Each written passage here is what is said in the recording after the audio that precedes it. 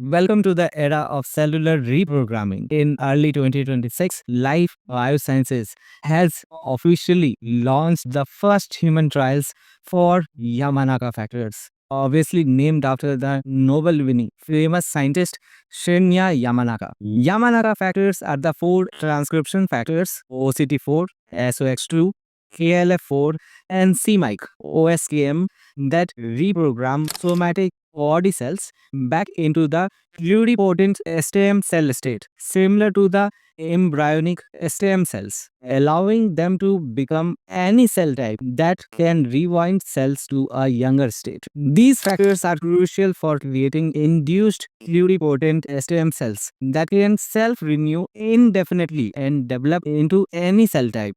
For example, neurons, heart, skin, anything, but not the placenta or extra embryonic tissue, making them crucial for development and regenerative medicines. Our bodies have two different types of informations. We all know about the DNA. Now there's another type of information that most of the people don't know about.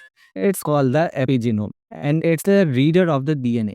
As we get older, we lose the ability to read our DNA correctly. The root cause of aging and health decline is this epigenome, the part of our cell that turns gene on or off.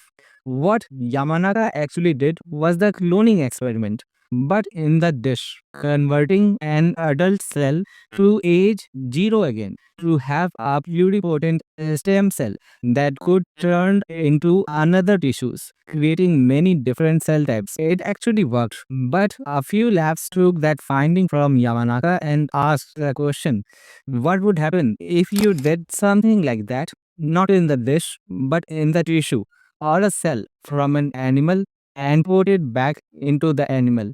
What would happen?